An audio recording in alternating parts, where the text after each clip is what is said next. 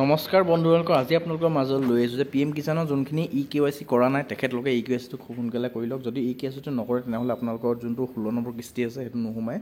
আৰু যিখিনি আগতে পইচা পোৱা নাই, যদি 5টা কিস্তি পাই পিনি বাকীখিনি পোৱা নাই, সেইগুলো সকলো EKYCটো কৰি ল'ব লাগিব। যদি EKYCটো কৰিলে তেনেহ'লে আপোনালোকৰ যিমানখিনি পইচা পাবলগীয়া থাকে গোটেইখিনি আপোনালোকে পইচা পাব।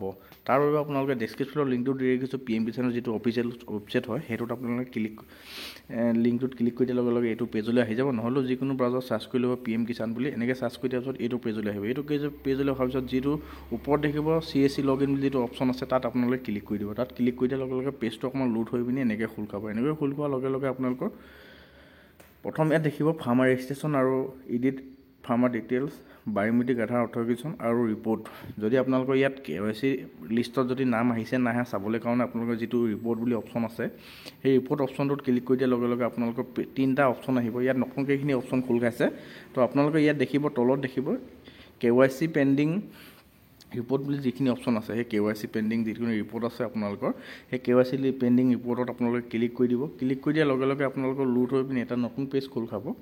তো নতুন পেজটো খোল খোৱাৰ লগে লগে আপোনালোকৰ ইয়াত দেখিব যে আপোনালোকৰ যিটো নাম থাকে, আপোনালোকৰ গাঁওখনৰ যিখন গাঁও হয় সেই গাঁওখনত আপোনালোকে কিমান EKYC কৰিব লাগিব, কিমান মানুহৰ কৰিব লাগিব, গোটেইখিনি নাম চাব পাৰিব। ইয়াত আপোনালোকৰ ষ্টেটটো আৰু ডিষ্ট্ৰিক্টটো অট'মেটিক চিলেক্ট হৈ থাকিব।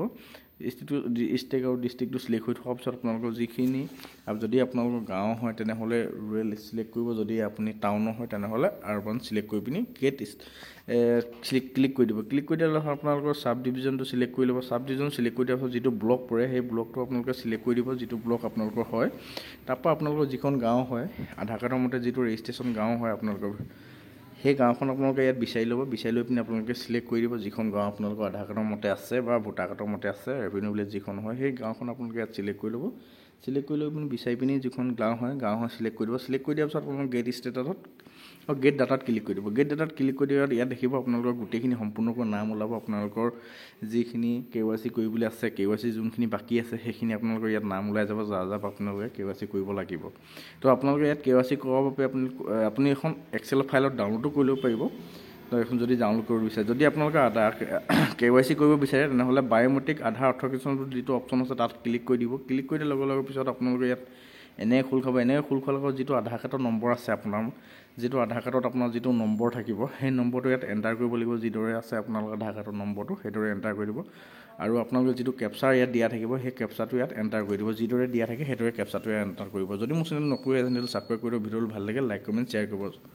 তো কেপচাৰটো এণ্টাৰ কৰি দিয়াৰ পিছত আপোনালোকে চাৰ্চ বাটনত ক্লিক কৰিব। চাৰ্চ বাটনত ক্লিক কৰি দিয়াৰ পিছত অকণমান লোড হৈ পিনি আপোনালোকৰ এতিয়া CSC পৰা এটা পে'মেণ্ট কাটিব। সেই পে'মেণ্টটো আপোনালোকে যিটো পাছপৰ্ট দিয়া আছে, CSC পাছপৰ্ট যিটো দিয়া আছে, আপোনালোকৰ ৱালেট পাছপৰ্ট দি আছে, যি দিয়া আছে সেইটো আপোনালোকে ইয়াত পাছপৰ্টটো দি পিনি এণ্টাৰ কৰি পিনি আপোনালোকে যিটো প্ৰিমিয়াম কটাবলগীয়া হয় সেই প্ৰিমিয়ামটো আপোনালোকে কটোৱা ল'ব, পে' কৰি দিব। পে' কৰি পিনি প্ৰিমিয়ামটো কটোৱাৰ পিছত আপোনালোকে পে' কৰিব, যিমানটো পে' আপোনালোকে দিব লগা থাকে এইটো CSC আণ্ডাৰত পইচাটো কাটিব।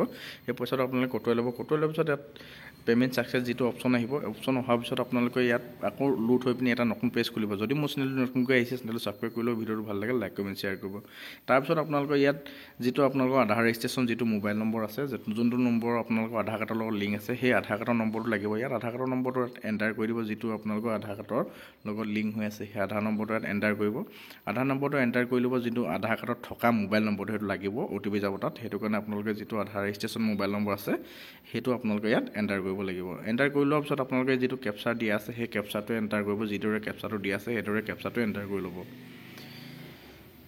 যদি কিবা বুজিবলৈ অসুবিধা হয় তেনেহ'লে মোক কমেণ্ট কৰি জনাব। তাৰপৰা ইয়াত গেট OTPত ক্লিক কৰিব। গেট OTPত ক্লিক কৰি দিয়াৰ লগে লগে যিটো আধাৰ ৰেজিষ্ট্ৰেশ্যন মোবাইল নম্বৰ আপুনি দিছে সেই মোবাইল নম্বৰটো এটা OTP যাব। সেই OTPটো ইয়াত এণ্টাৰ কৰিব লাগিব। যিটো মোবাইল নম্বৰ আপোনালোকৰ আধাৰ কাৰ্ডৰ লগত লিংক হৈ আছে সেই আধাৰ কাৰ্ডত এটা OTP যাব আৰু সেই মোবাইল নম্বৰটোৱে দিব, আপোনালোকে বেলেগ নম্বৰ নিদিব। তো ইয়াত আপোনালোকৰ যিটো মোবাইল নম্বৰ দিব মই এতিয়া যিজন কাষ্টমাৰ বা যিজন ব্যক্তিৰ মই এই মোবাইল নম্বৰটো দিছোঁ তেখেতৰ মোবাইলৰ এটা OTP গৈছে। OTPটো মই এণ্টাৰ কৰি দিম। OTPটো 6টা সংখ্যা যাব। আপোনালোকে ইয়াত শুধৰণিকৈ এণ্টাৰ কৰি দিব। যিটো OTP আপোনালোকৰ যায় সেই OTPটো আপোনালোকে শুধৰণিকৈ এণ্টাৰ কৰিব।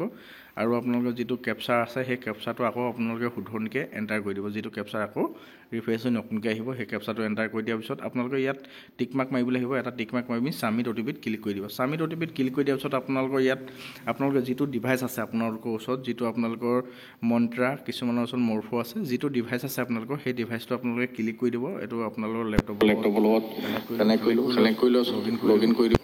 লগ ইন কৰাৰ পিছত আপোনালোকে কেপচাটো যিটো মৰ্ফৰ ডিভাইচ আছে সেই ডিভাইচৰ লগত কানেক্ট কৰি ল'ব আৰু যিজন ব্যক্তি কৰিছে তেখেতৰ ফিংগাৰপ্ৰিণ্টটো দিব আৰু ইয়াত দেখা পাব কেপচাৰ ছাকচেছফুল অহাৰ পিছত অ'কে ক্লিক কৰিব অ'কেত ক্লিক কৰিব ছাবমিট বটনত ক্লিক কৰি দিব ছাবমিট বটনত ক্লিক কৰি দিয়াৰ পিছত আপোনালোকৰ ইয়াত দেখিব যে আপোনালোকৰ ইয়াত যিটো EKYC ডন ছাকচেছফুল বুলি যিটো অপশ্যন আহিব সেই অপশ্যনটো অহাৰ পিছত অ'কে বটন কৰি দিব তো আজি বিশেষ ভিডিঅ' বনোৱাৰ উদ্দেশ্য এইটোৱে আছিলে যদি আপোনালোকৰ EKYC লাগি আছে PM কিষাণৰ যদি আপোনালোকৰ PM কিষাণৰ পইচা পোৱা নাই তেনেহ'লে এই EKYCটো খুব সোনকালে কৰি লওক আপোনালোকৰ নিজৰ মোবাইলতো কৰিব পাৰিব তাৰ যদি ভিডিঅ' আপোনালোকক লাগে তেনেহ'লে মোক কমেণ্ট কৰি জনাব তো মই ইয়াৰ মোবাইলত কেনেকৈ কৰিব পাৰিব তাৰ মই এটা ভিডিঅ' বনাই দিম তো আজি ভিডিঅ' বনোৱাৰ উদ্দেশ্য এইটোৱে আছিলে যদি মোৰ চেনেল নকৰে যেন তেতিয়া ছাবস্ক্ৰাইব কৰিব ভিডিঅ' ভাল লাগিলে লাইক কমেণ্ট শ্বেয়াৰ কৰিব থেংক ইউ ফৰ ৱাচিং